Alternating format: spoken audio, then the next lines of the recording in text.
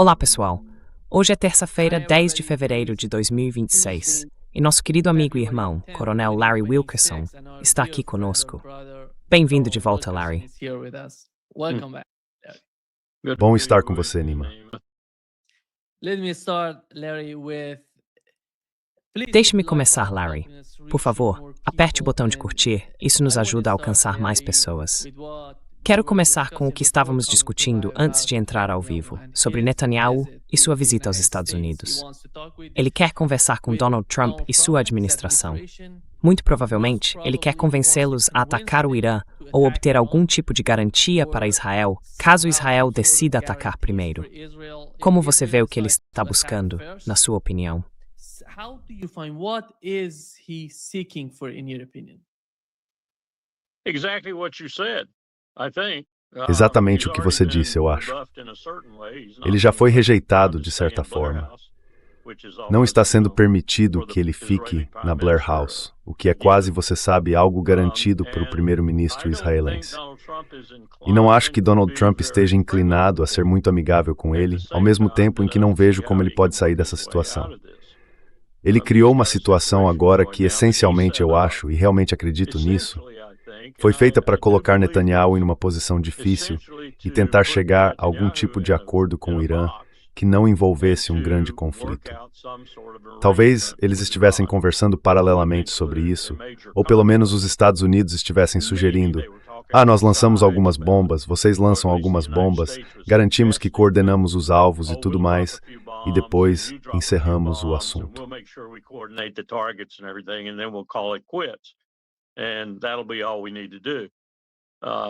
E isso será tudo o que precisamos fazer.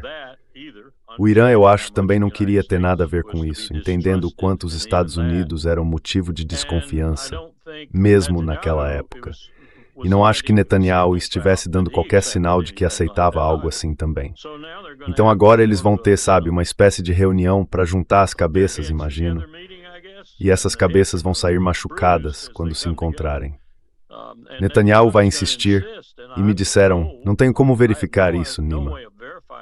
Mas pessoas com quem já conversei sobre esses assuntos no passado e que considero confiáveis, me disseram que Netanyahu vai levar arquivos de Epstein com ele.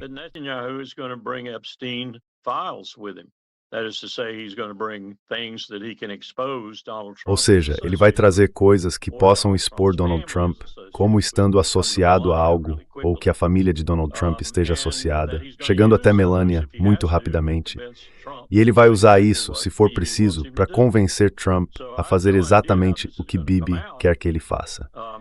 Então não tenho ideia de como isso vai acabar. Não acho, nem por um minuto, que Trump tenha a garra, a coragem ou a inteligência, devo dizer, não a sabedoria, para desafiar Netanyahu de uma forma muito esperta e talvez dizer uma coisa e fazer outra. Mas eu não sei o que vai acontecer.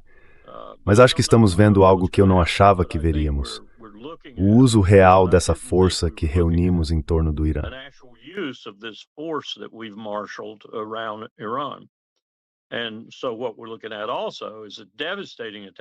Então, o que estamos vendo também é um ataque devastador a Israel. Bibi vai conseguir tudo o que está pedindo e mais, e provavelmente haverá um ataque contra ativos regionais dos Estados Unidos.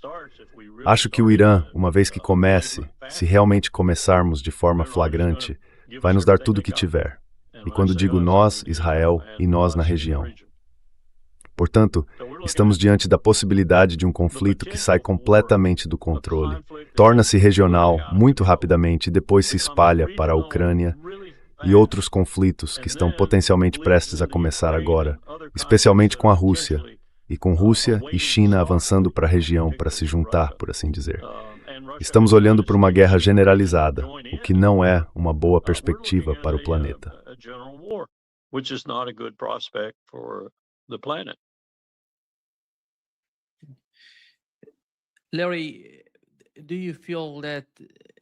Larry, você acha que algumas pessoas dentro do governo Trump estão cientes do risco de uma nova guerra no Oriente Médio, da escalada ou continuação do conflito? Eu presumiria que esse tipo de guerra seria uma guerra de atrito, como o que vemos na Ucrânia. Eles têm alguma noção disso? Ou querem fazer algo tão rápido, o que, na minha opinião, não é possível? É assim que eu vejo a situação, observando o que se passa na mente dos tomadores de decisão no Irã.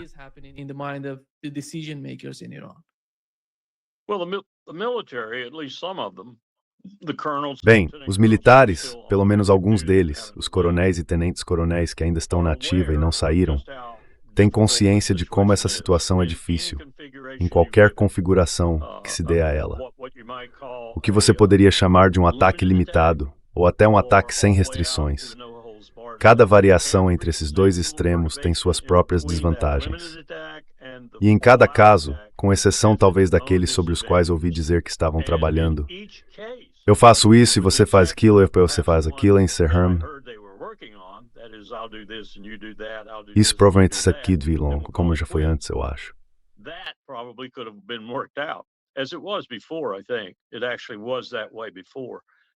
Na verdade, já era assim antes. Mas qualquer outra variação entre um ataque limitado e um ataque total que seja genuíno, que não seja pré-coordenado, por assim dizer, vai ser um desastre criado por si mesmo.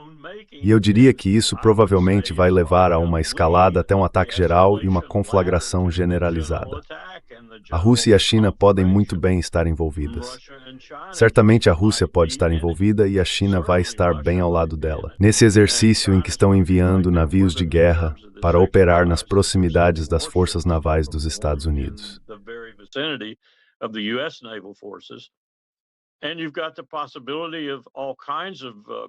E há a possibilidade de todo tipo de mísseis voando pelo ar, mísseis capazes de afundar esses navios de guerra, porta-aviões e outras coisas do tipo. Não é uma situação boa de se desenvolver. Espero voltar à sua pergunta novamente. O Pentágono tem pessoas que entendem isso. Eles sabem que este não é um jogo fácil, por assim dizer. E pode ser muito difícil sair dele rapidamente. Há outras questões na agenda deles que serão fortemente impactadas se isso se transformar em uma guerra total. Lembre-se de como entramos no Iraque em 2003. Entramos com forças insuficientes. Com o Irã, faríamos exatamente o mesmo.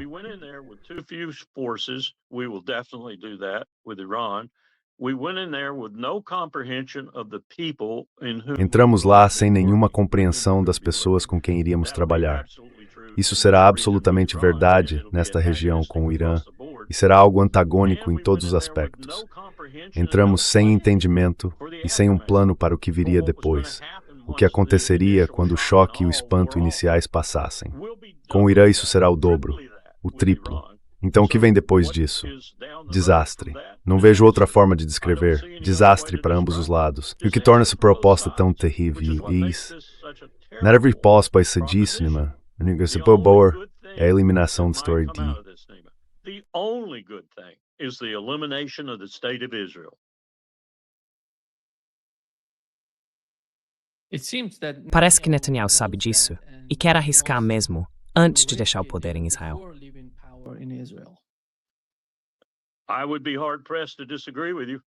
Eu teria dificuldade em discordar de você, de verdade. Acho que ele colocou isso na lista de coisas para fazer antes de morrer. E se não fizer, preferiria morrer tentando não fazer. Então, ele está disposto a cometer suicídio por esse último e derradeiro ato de sua presidência estendida. Primeiro ministério, liderança, ou como quiser chamar.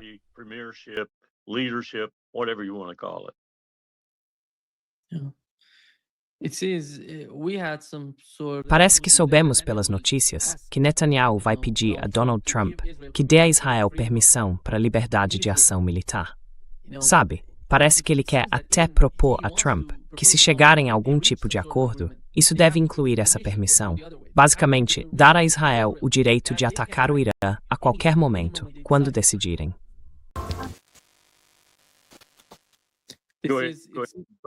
Foi o meu celular interferindo.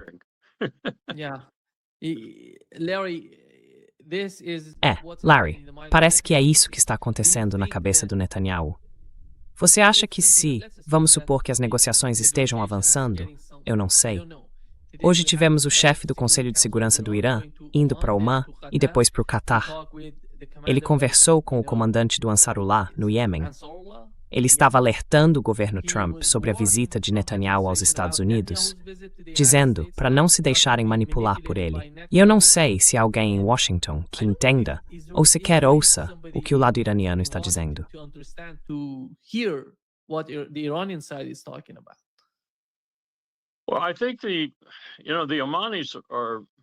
Bem, acho que os omanenses são bons mediadores na região, e há outras pessoas na região com boas credenciais também, o que simplesmente significa que são os intermediários mais confiáveis para qualquer lado em qualquer conflito que envolva essa região. E o fato de eles estarem tão inquietos com isso é um indicador significativo de que podemos estar caminhando para o inferno.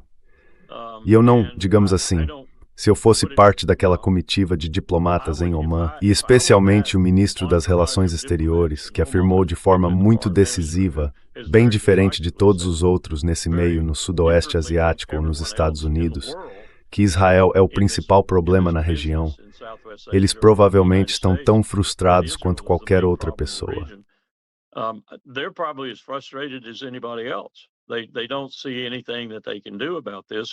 Eles não veem nada que possam fazer a respeito disso, além de continuar oferecendo seus bons ofícios e seguir conversando com todos os lados. E isso inclui também os países árabes, não apenas o Irã e não apenas os Estados Unidos. Eles estão literalmente arrancando os cabelos, porque chegaram a um ponto em que veem o que você e eu vemos, o que temos discutido, e não enxergam nenhuma saída. E eles sabem, eu acho, que isso vai ser desastroso. E não é apenas um desastre para um lado ou para o outro, é um desastre para todos. É até um desastre para eles e para os países ao redor. Não há vantagem para nenhuma das partes nisso, o que o torna tão estúpido, no fim das contas. Não apenas pelo fato de que o Irã não representa ameaça aos Estados Unidos, e mesmo assim estamos ameaçando atacá-lo.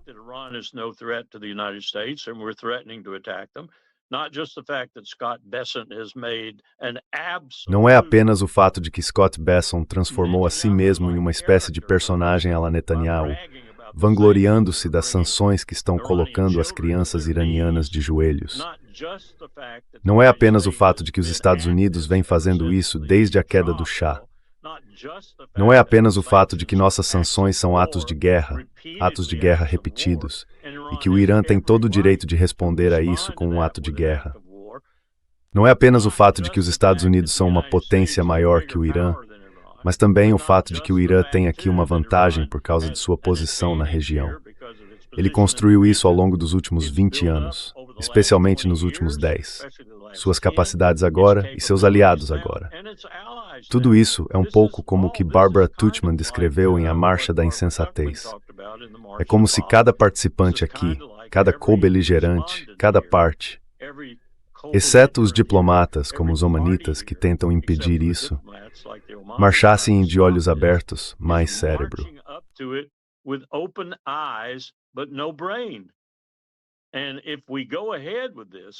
E se seguirmos adiante com isso de qualquer forma ou maneira que chamemos de decisiva ou tentemos fazer parecer assim, vai ser um desastre. E quando você faz isso, Nima, em termos militares, você começa e então não consegue o que quer. Então você dobra a aposta, depois triplica e depois quadruplica. Bem, quando chega na terceira aposta, os Estados Unidos ficam sem recursos, simplesmente acabam.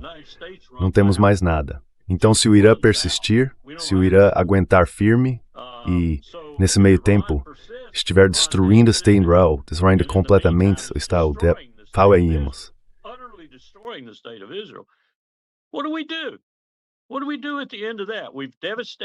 o que fazemos no fim disso? Provavelmente teremos devastado o Irã por um tempo. Quero dizer, eles podem se esconder no subsolo. Não vamos matar muitas das 90 milhões de pessoas, mas eles vão matar um número considerável e vão causar grandes danos à Arábia Saudita, grandes danos aos mercados mundiais de petróleo, grandes danos à nossa marinha, grandes danos à nossa força aérea, grandes danos. Como eu disse, eles provavelmente eliminariam Israel. Espero que Israel não recorra a uma arma nuclear quando chegarem a esse ponto. Quem sabe, quem vai vencer nisso tudo? Onde está o vencedor? Where's the victor? Yeah, exactly. That's a good question. I think. Sim, exatamente. Essa é uma boa pergunta, uma excelente pergunta. Aqui está o que Donald Trump disse há poucos momentos: que o Irã não possuirá armas nucleares nem mísseis balísticos. O repórter perguntou a ele: Larry, você está dizendo agora que o Irã precisa desistir de seu programa de mísseis balísticos? E ele respondeu: sim, e eles não podem ter armas nucleares. Eu não sei mais se ele sabe do que está falando. I don't know if he knows what he's talking about anymore. I've thought that for a long time, Nima. I've thought that for a Tenho long pensado time. isso há I'm muito not sure tempo. he knows what Não he's tenho talking certeza about se ele at any sabe given do que está moment, falando em about qualquer any momento, given subject. sobre qualquer He assunto. does not know what he's Ele talking about. simplesmente He não has no sabe do que brief está because falando. no one Ele gives não tem um him. resumo porque And if ninguém they lhe give dá him a um. brief, E he se dão, discards it, ele o because then descarta says e whatever sai comes dizendo o into que his vier à sua conscious mente moral moral mind, exuberante, he called it. como ele mesmo chamou. I don't know Não how sei you como deal lidar with a com uma person pessoa like that assim if se you're on você the está do other outro side lado of da the mesa de bargaining table. negociações. It must Deve be ser extremamente extremely frustrante para as frustrating for pessoas em people Moscou e em in Teherã, Moscow e aliás em and outras in partes do mundo. Tehran, and for that matter, elsewhere in the world. I was on a webinar this morning with Quincy Estive em um Institute, webinar esta and we were manhã talking com o about the Quincy EU, Institute and we were talking e about estávamos essentially falando what sobre the a EU is trying OEK, to do essencialmente with sobre o Bulgaria. que ela We está had a tentando fazer em Bulgarian relação à politician on the Bulgária. show, very articulate Tivemos uma woman. política We búlgara no had programa, uma mulher muito Wolfgang Streeck on articulada. the show, Tivemos and we Wolfgang had Streeck no programa e Lord também Lord Sedelsky on Sedelsky. the show. Foi um dos melhores And webinars que it was já one of the ouvi, best mas webinars I've ever novamente listened to, foi but uma it was explicação de again como a Europa está bagunçada, an neste explanation caso, of how a OEA screwed em up, particular, in this case e de como o Europe and the mundo EU está in particular, bagunçado, em but how parte por screwed up causa, the em world parte por was, responsabilidade desta and partly administração. as E a isso não começou com eles, responsibility começou com of Joe this Biden. administration. Começou antes disso. And it didn't just start with them. It started with Joe Biden. It started earlier than that. It started back when Papa Bush was eliminated Tudo começou from quando o Papa entourage, Bush and foi we got all these afastado da idiot comitiva, presidents. e depois tivemos But todos esses nonetheless, presidentes they've got the idiotas. same Mas angst ainda over assim, Europe eles têm a that I mesma have right angústia em now relação à about Europa West que eu Asia. tenho We didn't even agora talk about em Southwest relação ao Asia, Sudoeste but Asiático. Nós nem chegamos a falar sobre o seems to me Sudoeste like we're Asiático, in another mas me parece position que estamos em uma posição muito that is very semelhante, similar por for razões different reasons diferentes e and sob different circunstâncias de circumstances of poder power, certamente certainly, distintas.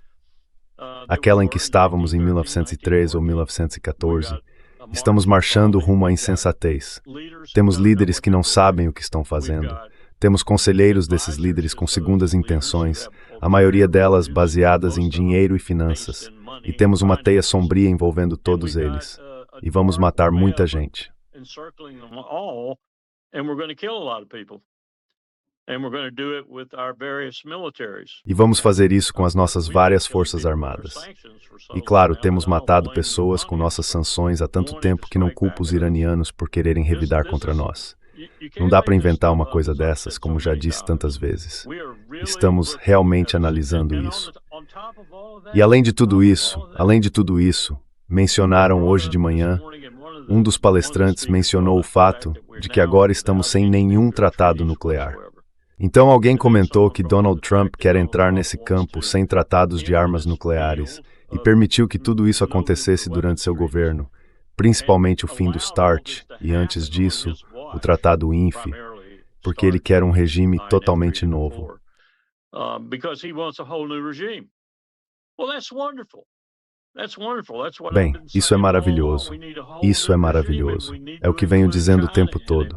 Precisamos de um regime totalmente novo e precisamos incluir a China nele. Precisamos incluir outros estados nucleares e, eventualmente, todos os estados nucleares. E ele parece dizer que quer isso.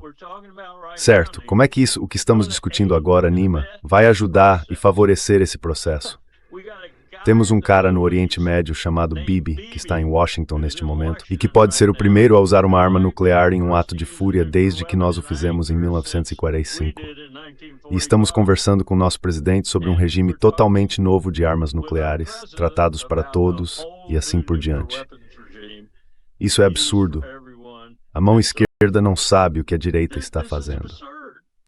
The left hand doesn't know what the right hand's doing. Larry, do you think that the Trump administration Larry, você acha que o governo Trump tem algum tipo de divisão interna? Ou você os vê atuando de forma conjunta? De certo modo, eles parecem unificados, sabem o que querem com o conflito na Ásia Ocidental. From the conflict in the West Asia? Nima, you just put your finger on, I think, one of the Nima, você acabou de apontar, eu acho, uma das deficiências mais proeminentes e debilitantes do governo Trump. Deixe-me explicar o que quero dizer com isso. Sua pergunta é: há unanimidade em segurança e política externa? Sim, há. Mas é uma fachada. É um monte de gente dizendo que há unanimidade porque são bajuladores e porque morrem de medo de Donald Trump. E isso vai desde Tulsi Gabbard até Pete Hegseth, Pam Bondi, Kash Patel, Bannon. Você escolhe. Todos têm medo de Trump. Então há unanimidade, há conformidade, todos concordam. Mas por baixo disso, provavelmente há uma batalha acontecendo entre muitos deles e seus aliados, porque acham que ele é insano.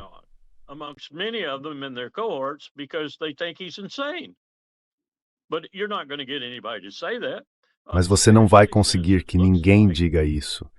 Especialmente porque parece que as eleições de meio de mandato vão ser uma perda colossal para o Partido Republicano. Você não vai conseguir que ninguém diga isso. Talvez quando chegarmos ao ponto em que quase 50%, se não mais, dos republicanos que estão agora no Senado e na Câmara entenderem que provavelmente vão perder seus cargos, talvez então alguém desperte e provoque um pouco de coesão, um movimento de reação. No momento, você só tem pessoas como Tom Massey e um ou dois outros que estão dizendo coisas, e estão dizendo em muitos casos porque estão saindo, não vão mais estar por aqui.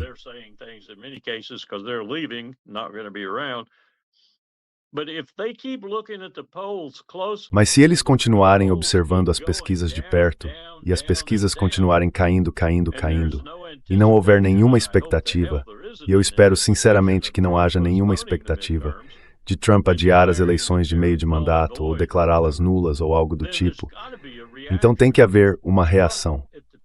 Mas, no momento, ninguém está disposto a enfrentá-lo. Ninguém está disposto a se levantar e dizer: Senhor Imperador, o Senhor está nu. O Senhor não tem roupas. O Senhor entende os problemas que criou para nós. Não, eles não estão dispostos a dizer isso. Então há unanimidade em toda a administração. Você tem até a Tulsi Gabbard, de todas as pessoas, agindo como a principal bajuladora.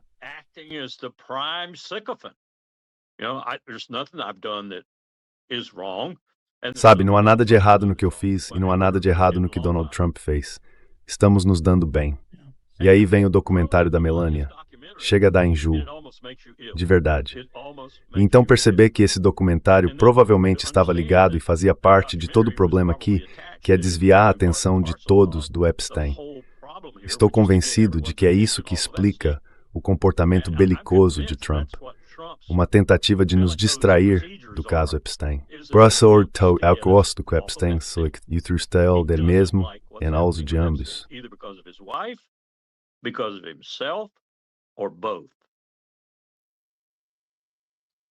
Você acha que Netanyahu está usando isso contra Donald Trump? Eu acho que sim. Acho que Netanyahu provavelmente está vindo a Washington com suas principais informações e vai usar essas informações para influenciar Donald Trump, caso Trump se mostre relutante. Ele vai exibir essas informações para ele e ameaçar revelá-las. Não tenho dúvida disso. Sabe, não tenho nenhuma prova concreta, mas já observei isso por tempo suficiente. Vi Bill Clinton com Monica Lewinsky e sabe aquele episódio dos 78 dias de bombardeio na Sérvia. E vi outros presidentes usarem certas coisas para desviar a atenção de assuntos que os estavam prejudicando. O suficiente para saber que provavelmente é parte do que está acontecendo agora.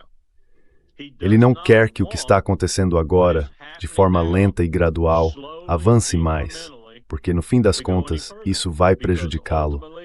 Assim como sua esposa, alguns outros membros da família ou algumas das pessoas que doam grandes quantias para suas campanhas, ou todos os anteriores. Isso certamente faz parte da motivação dele. Caso contrário, não consigo explicar.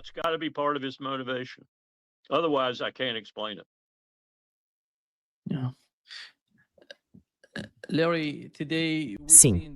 Larry, hoje vimos o adido militar chinês presentear o comandante da Força Aérea Iraniana com uma maquete do caça furtivo J-20. Eu estava assistindo. Isso significa que eles deram ao Irã um caça furtivo J-20? O que isso quer dizer? Sabe, é um tipo de gesto simbólico. Eu não sei.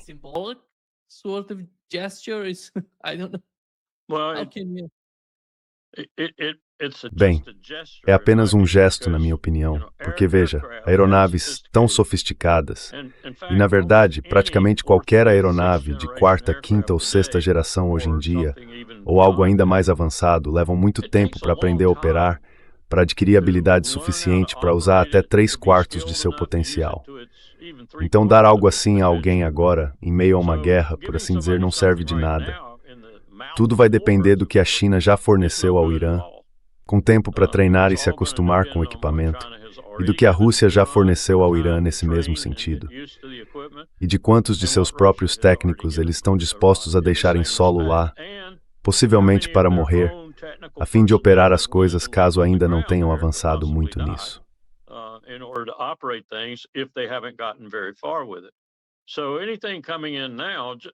Então, qualquer coisa chegando agora, assim como esses navios entrando no Mar da Arábia do Norte para um exercício, russos e chineses, repare como o momento da chegada deles é calculado. Para mim parece que é ou depois do conflito ou bem no final dele, se é que haverá um fim. Essa é uma das minhas preocupações, que isso vá se tornar interminável, porque ninguém vai vencer. Todos vão perder. Essa é a principal questão que estamos enfrentando. Todos vão perder. Israel pode desaparecer. Podemos ver o primeiro uso de uma arma nuclear desde Hiroshima e Nagasaki. E o Irã vai sofrer grandes danos. Toda a região vai sofrer grandes danos.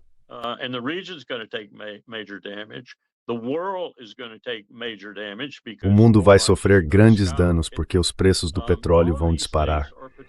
Todas essas coisas são problemas potenciais, resultados de uma simples troca de armamentos. E se tivermos um conflito grande e pesado, e se os Estados Unidos tiverem que reforçar, e se os Estados Unidos acabarem, e eu prevejo isso se realmente partirmos para um grande ataque ao Irã. E se os Estados Unidos tiverem que comprometer 90% de suas forças armadas nesse conflito, quero dizer, é isso que estamos vendo aqui. Tudo que os Estados Unidos têm vai ter que ser direcionado contra o Irã. Praticamente tudo. E ainda assim não vai alcançar o que queremos. Portanto, as perspectivas aqui são inúmeras para um desastre.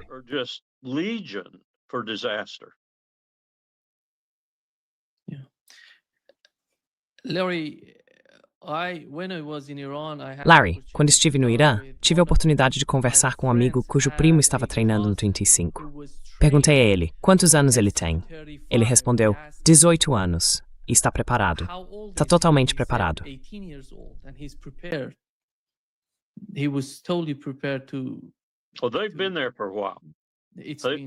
Eles já estão lá há um tempo. Sim, o Su-35 é a nova equipe de treinamento de equipamentos e alguns dos aviões já estão lá há bastante tempo. Então, provavelmente, você provavelmente conseguiria montar um esquadrão se realmente trabalhasse 24 horas por dia, sem parar, com turnos duplos para o pessoal de manutenção e tudo mais. Provavelmente daria para montar um esquadrão em 6 a 7 meses.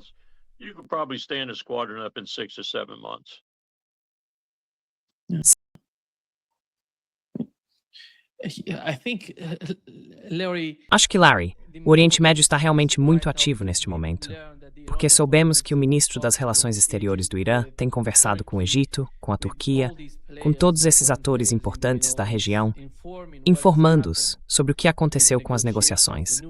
A nova rodada de negociações entre o Irã e os Estados Unidos. Qual é a importância disso para a política externa iraniana e por que isso está acontecendo?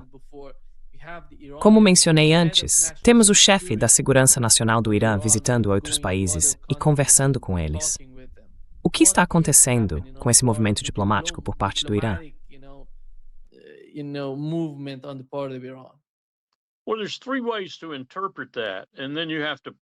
Bem, há 3 maneiras de interpretar isso, e então é preciso analisar essas 3 maneiras em relação a cada um dos países visitados. Por exemplo, o que é dito na Turquia será diferente do que é dito em Pequim. O que é dito em Islamabad será diferente em outros lugares. Eu diria que há 2 ou 3 aspectos que provavelmente se aplicam a esta situação específica. Primeiro, o Irã está buscando ajuda no sentido de fazer com que a influência desses países pese sobre os Estados Unidos e de fazer o possível para impedir um ataque. Segundo, e isso depende do país, podendo-se praticamente colocar cada um na categoria que quiser, pedir ajuda a eles. E essa ajuda pode vir na forma de reabastecimento, mísseis, armamentos, o que for. Pode até envolver alguns desses países. E eu não descarto a Turquia nesse sentido.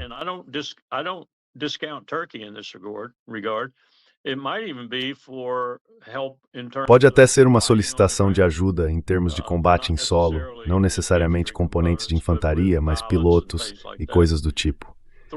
Em terceiro lugar, pode ser dinheiro. Pode ser algo como: precisamos de dinheiro para fazer isso.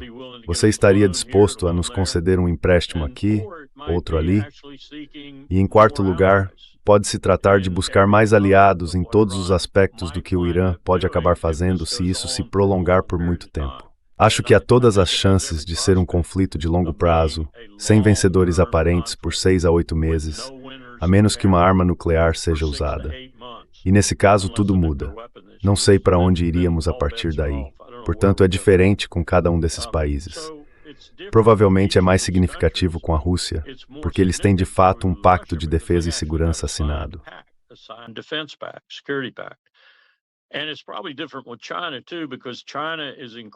E provavelmente é diferente com a China também, porque a China está cada vez mais vendo seus interesses sendo afetados e envolvidos em relação ao Estreito e à região em geral. Eu diria que há outro sinal, que é o fato de os diplomatas quererem mostrar aos Estados Unidos que o Irã tem outros lugares para onde ir, outras pessoas com quem conversar e até outros amigos. Isso demonstra o esforço deles para formar um grupo de países que, pelo menos, vejam com certa simpatia o que o Irã vai fazer sob a pressão dos Estados Unidos e que ofereçam sua boa vontade sempre que puderem.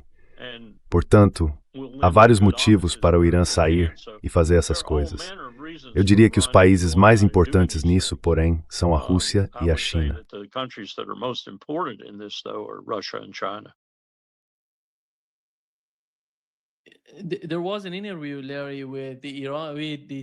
Houve uma entrevista, Larry, com o ministro das Relações Exteriores da Turquia, Hakan Fidan. Foi na CNN Turk. O repórter perguntou a ele: o regime iraniano pode ser derrubado por extensos ataques aéreos dos Estados Unidos? E a resposta dele foi: não, ele não entraria em colapso. Essa é a avaliação por parte do governo turco, e me parece que a mesma avaliação é compartilhada por outros estados árabes no Golfo Pérsico. Todos estão pensando nessa linha. Quando estive no Irã, perguntei às pessoas: como vocês se sentem em relação aos Estados Unidos atacarem o Irã? Um deles me fez uma pergunta simples. Ele disse: e daí? O que eles querem fazer? Onde querem bombardear? E como isso vai mudar alguma coisa? Eu realmente não soube como responder. Tentei contornar a pergunta de alguma forma, mas ele simplesmente estava fazendo a pergunta certa. O que mais eles podem fazer?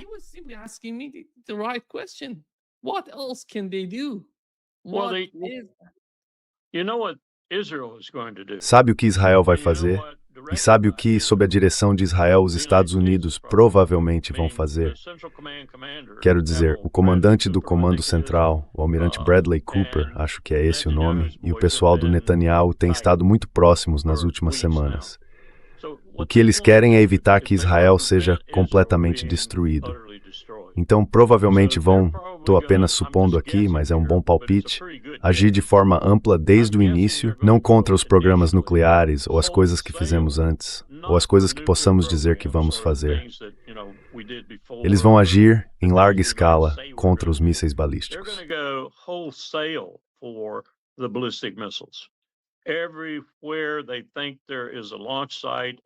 Em todo lugar onde acharem que há uma base de lançamento, em todo lugar onde até suspeitarem que possa haver uma, cada base de lançamento, não apenas as sofisticadas, mas também as menos sofisticadas, drones, coisas desse tipo, eles usarão todo o armamento possível, desde Tomahawks lançados do mar, até outros mísseis disparados de navios, bombas lançadas por aviões e mísseis de cruzeiro disparados de aeronaves. Mesmo que colocassem AC-130s ou algo parecido sobrevoando, tudo seria direcionado aos mísseis balísticos. Porque acho que eles entendem o que aconteceu na Guerra Bonita. Eles entendem que o Irã foi relativamente cauteloso naquela ocasião e que da próxima vez pode não ser. Eles poderiam praticamente destruir Israel, abandonar sua adesão mais ou menos cuidadosa às regras da guerra e jogá-las pela janela. and throw it out the window. In other words, kill civilians too. Go after everything in Israel. Em outras palavras, mate civis também. Ataque tudo em Israel. Vá atrás das lojas, das discotecas, das rodovias, das ferrovias. Ataque tudo em Israel. Mate, mate, mate tudo. Os iranianos nunca foram assim. Nunca. Eles simplesmente não lutam desse jeito. Volte e observe a longa guerra com o Iraque. Eles toleraram todo tipo de coisa antes de realmente começarem a revidar contra Saddam Hussein. E quando o fizeram, quase chegaram a Bagdá. Foi por isso que apoiamos o movimento da ONU para encerrar a guerra e tudo mais. Tínhamos medo de que eles fossem até Bagdá. Quando o Irã quiser soltar as rédeas, ele vai estar... Eu vou soltar uma.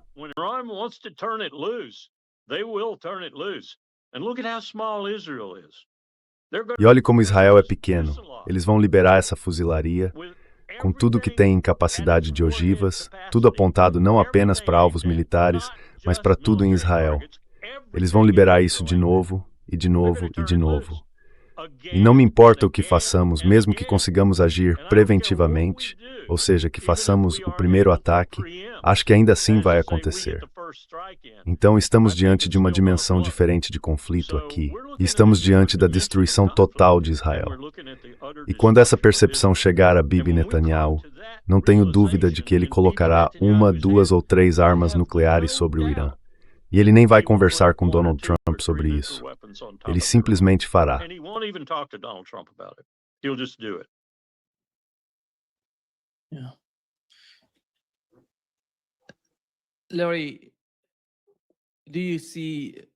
Larry, você vê a Rússia, vamos colocar assim.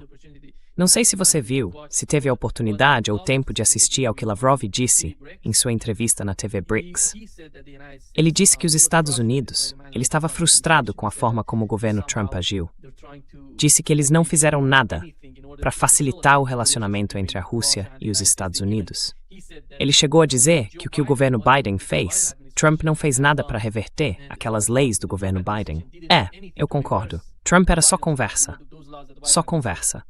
E segundo o ponto de vista de Putin, ele impôs mais sanções. Disse que impôs mais sanções em vez de ir contra elas.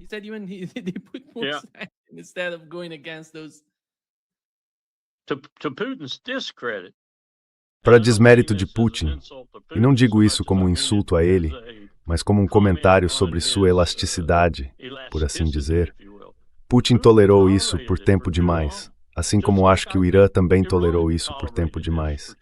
E não apenas Donald Trump, mas toda uma série de presidentes que o Irã tolerou por tempo demais.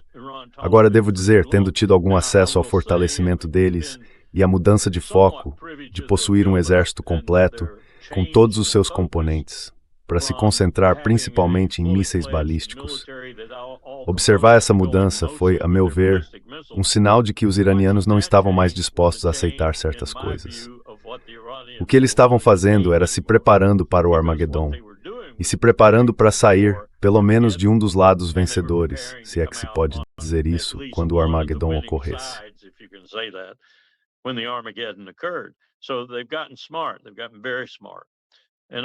Então eles ficaram espertos, ficaram muito espertos.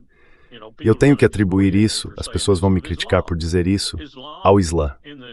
O Islã, no sentido que os iranianos lhe dão, não é uma religião violenta. Não é uma religião violenta.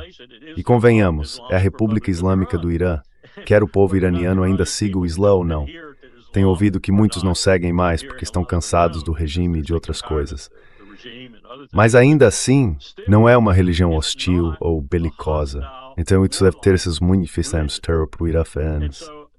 This has been very difficult, I'm sure, for Iran to do this.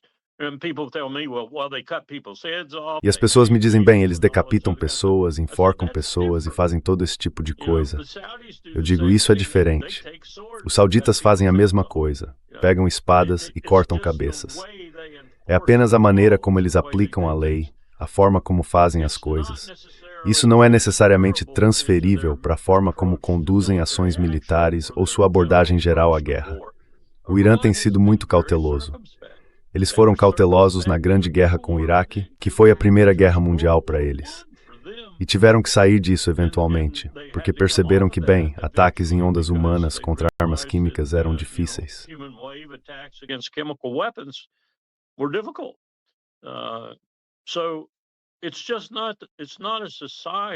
Então simplesmente não é uma sociedade com a qual nos identificamos. Não conseguimos acreditar que existam pessoas no mundo que não vejam a guerra como o principal instrumento, algo em que se concentram 24 horas por dia, 7 dias por semana, como nós, e que financiam. Nossos gastos com segurança nacional agora são 10 vezes maiores do que o resto do mundo combinado. É incomparável o que fazemos. Então, temos essas duas culturas em choque uma com a outra. Uma se defendendo de uma saraivada de anos e anos de punição pelo grande Satã, o Império, e a outra ainda assim não consegue acabar com ela. Não consegue acabar com ela.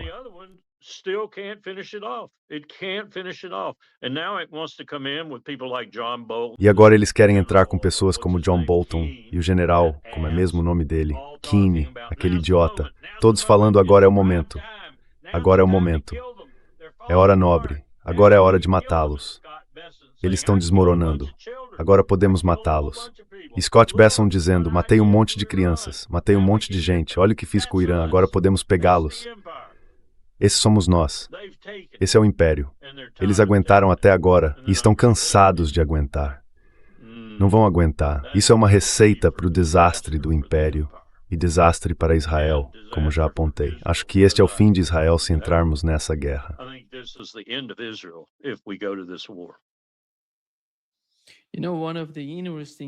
Sabe, uma das coisas interessantes que estavam acontecendo quando eu estava no Irã, durante aquele bloqueio da internet, era que a grande mídia de fora estava dizendo que o governo iraniano estava usando armas químicas contra o próprio povo.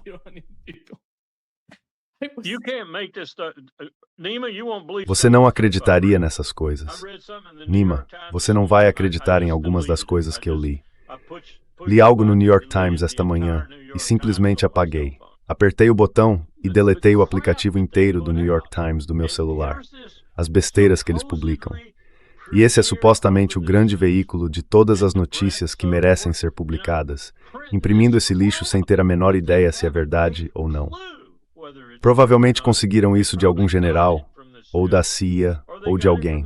Informação totalmente fabricada. E fazem a mesma coisa com a Ucrânia e a Rússia. Eu estava lendo novamente os números de baixas no New York Times. Santo Deus, você pensaria que a Rússia estava cambaleando, completamente cambaleando. Amanhã de manhã vamos pegar o New York Times e a manchete será Putin fora, Rússia em colapso. E veja só, ainda está acontecendo.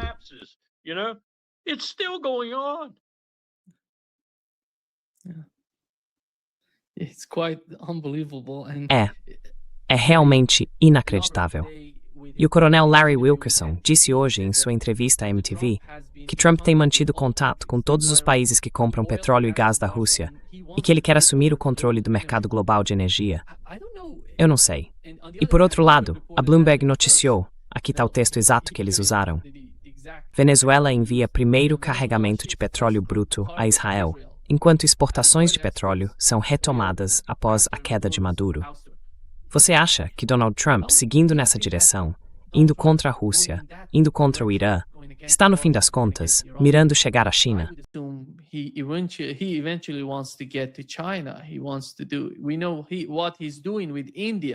Nós sabemos o que ele está fazendo com a Índia, com o carro indiano. Como isso é possível? Lavrov não ficou satisfeito. Hoje eu conversei com John Helmer, e ele disse que há uma discordância significativa entre Lavrov e Peskov, por exemplo. Peskov é o porta-voz, Lavrov é o ministro das Relações Exteriores. Lavrov não está satisfeito. Ele não quer encerrar as coisas de uma forma que não seja realista. É por isso que ele está falando diretamente com os Estados Unidos, com Donald Trump. Como você vê a situação na Ucrânia, a escalada tanto na Ásia Ocidental quanto na Ucrânia, e a interpretação por parte dos chineses? And the interpretation on the part of the Chinese. Let's back up for a moment. Vamos recuar um pouco. O que você acabou de descrever é o motivo pelo qual acho que Xi Jinping divulgou esse último comunicado.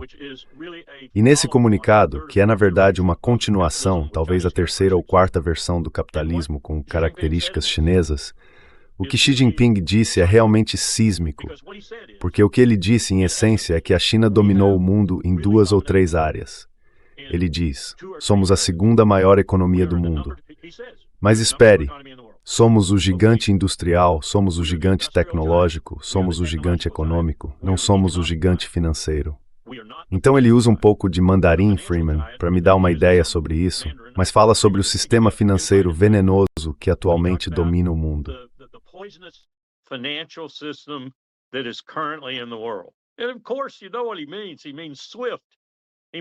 E claro, você sabe o que ele quer dizer. Ele quer dizer SWIFT, ele quer dizer o dólar, ele quer dizer o império. Então ele diz que a China agora deve se tornar número 1 em finanças.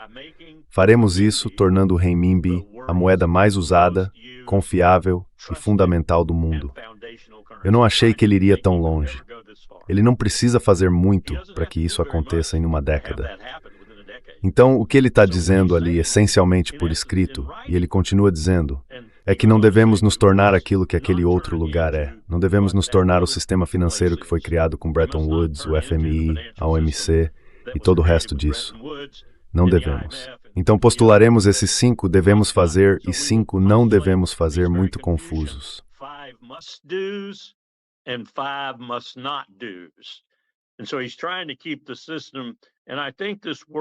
Então ele está tentando manter o sistema. E acho que essa palavra é bem traduzida como justo. Ele está tentando manter o sistema honesto. Então ele quer fazer isso, mas quer fazer com um sistema melhor do que o que temos, porque ele vê o nosso como absolutamente corrupto. E as sanções são a principal coisa que ele vê como indicador dessa corrupção. Não sei por que a imprensa não deu mais atenção a isso. Provavelmente porque são muito estúpidos. Mas o que ele está dizendo é que há um R nisso e um B nisso. Então, Sr. Lula, agora o senhor é um participante de pleno direito. O senhor disse que queria ser, agora pode ser. Rússia, me escute. Índia, me escute. Se não fizerem, vão ficar de fora rapidamente. E eu sou o C. Adivinhem?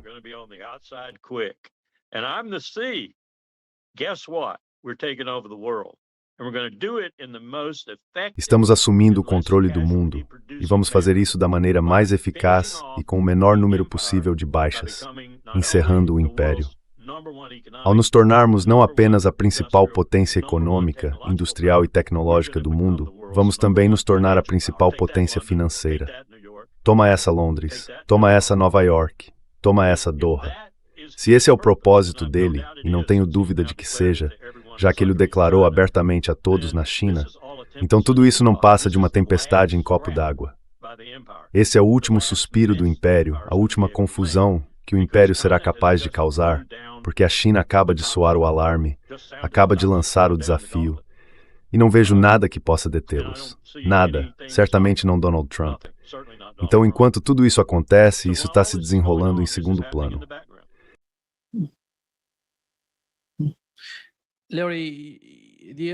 Larry, não sei se você viu a entrevista que o ministro das Relações Exteriores do Irã deu em 7 de fevereiro, em Doha. Ele disse que está falando sobre um acordo abrangente, mas o núcleo, o coração do acordo, seria a Palestina. Seria Gaza.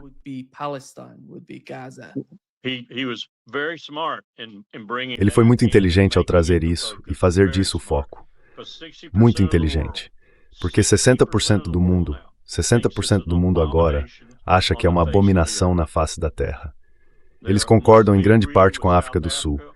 Todas essas pessoas deveriam ser levadas ao tribunal criminal, acusadas, julgadas, condenadas e sentenciadas, Netanyahu antes de todos. Então ele escolheu esse tema de forma muito, muito sábia.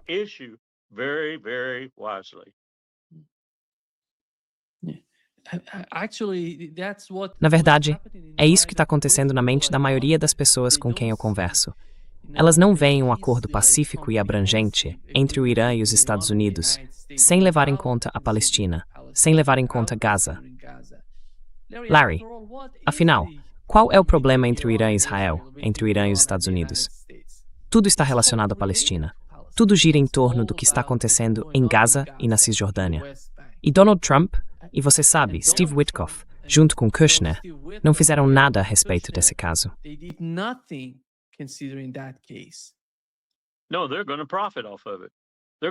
Não, eles vão lucrar com isso.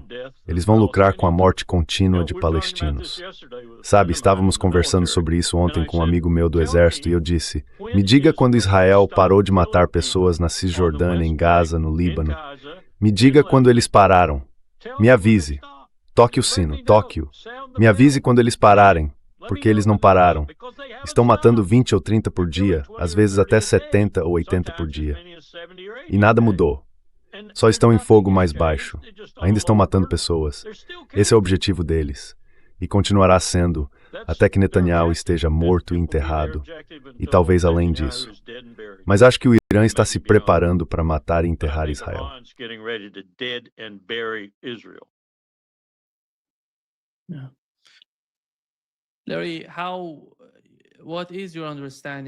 Larry, qual é o seu entendimento sobre a situação na Ucrânia? Parece que do lado russo, eles realmente sentem que o governo Trump está apenas brincando com o processo, com esse tipo de negociação. Eles não veem nada de prático na forma como o governo Trump está lidando com isso. Por um lado. Por outro, talvez vejamos algum tipo de avanço, algum progresso nas conversas. Mas quando se traz a alternativa europeia, o que os europeus colocariam na mesa, eles ficam muito acalmados. E eu não vejo Donald Trump deve ser uma coisa fácil, não sabe?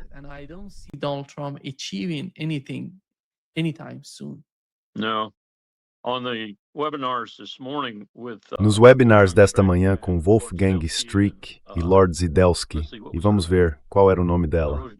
Anotei em algum lugar. Aquela parlamentar do Partido Renascimento, acho que é assim que se chama na Bulgária. Uma das coisas sobre as quais parecia haver consenso era que é necessário na Alemanha, e Merz, e Strick não foi tão desdenhoso quanto a possibilidade de Merz ser quem poderia fazer isso, se achasse politicamente viável, que haja uma reaproximação com Moscou. Eles precisam chegar a um ponto em que possam conviver, inicialmente, e depois acomodar de forma significativa a Rússia e construir uma nova, se forem realmente construir algo novo, estrutura viável de segurança europeia.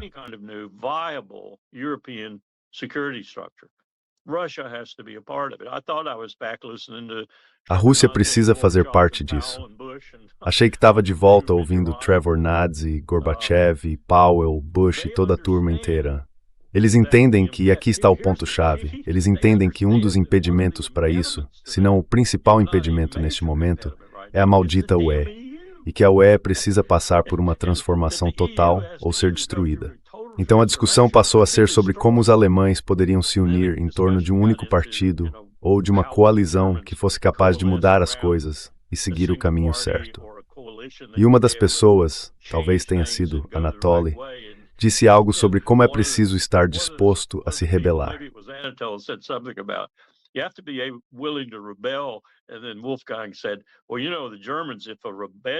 Então Wolfgang disse, bem, você sabe, os alemães, se uma rebelião estivesse acontecendo e um trem estivesse indo em direção à rebelião, os alemães iriam querer comprar uma passagem, o que é perfeito. Os alemães iriam querer comprar uma passagem em vez de simplesmente chegar lá.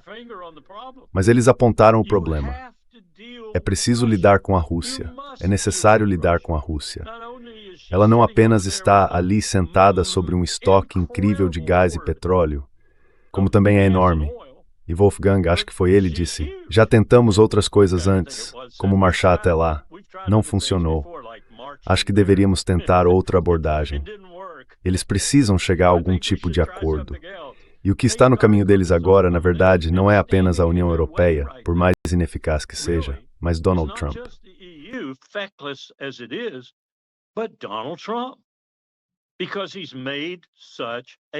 Porque ele fez uma bagunça tremenda. Ele, Witkoff e Kushner fizeram uma bagunça colossal. Eles não têm boas relações com Sergei Lavrov agora. Eles não têm boas relações com Putin. E é preciso muito para Donald Trump fazer Putin desistir do desejo de ter melhores relações com Washington. Mas ele está quase chegando a esse ponto porque é tão inepto. Agora, admito que sua inépcia vem em parte por causa de todas as pessoas penduradas em seus tornozelos. Sabe, esses bilionários nos bastidores e as pessoas que querem destruir a Rússia. Tenho uma notícia para vocês, caras. 10 fusos horários, talvez 11, se você calcular de certas maneiras. Vocês não vão acabar com a Rússia. Muita gente maior do que vocês já tentou. Many people greater than you have tried. You're not going to do them in. So you better figure Você não vai acabar com eles. Então é melhor encontrar uma forma de chegar a algum tipo de acordo. E seria melhor que fosse pacífico, que incluísse um novo regime de tratado de armas nucleares e também a economia, que é crucial aqui. Ah, e a propósito, vocês continuam com essa história dos petroleiros indo para Cuba e os fazem voltar porque pressionam o presidente do México ou exercem pressão de outra forma. Adivinhem, serão petroleiros russos e chineses, escoltados por fragatas, destroyers e outros navios a Havana. Eu já estaria fazendo isso se fosse Xi Jinping e Putin. Eu simplesmente diria vamos, e desinfezes a nos impedir, não interromper.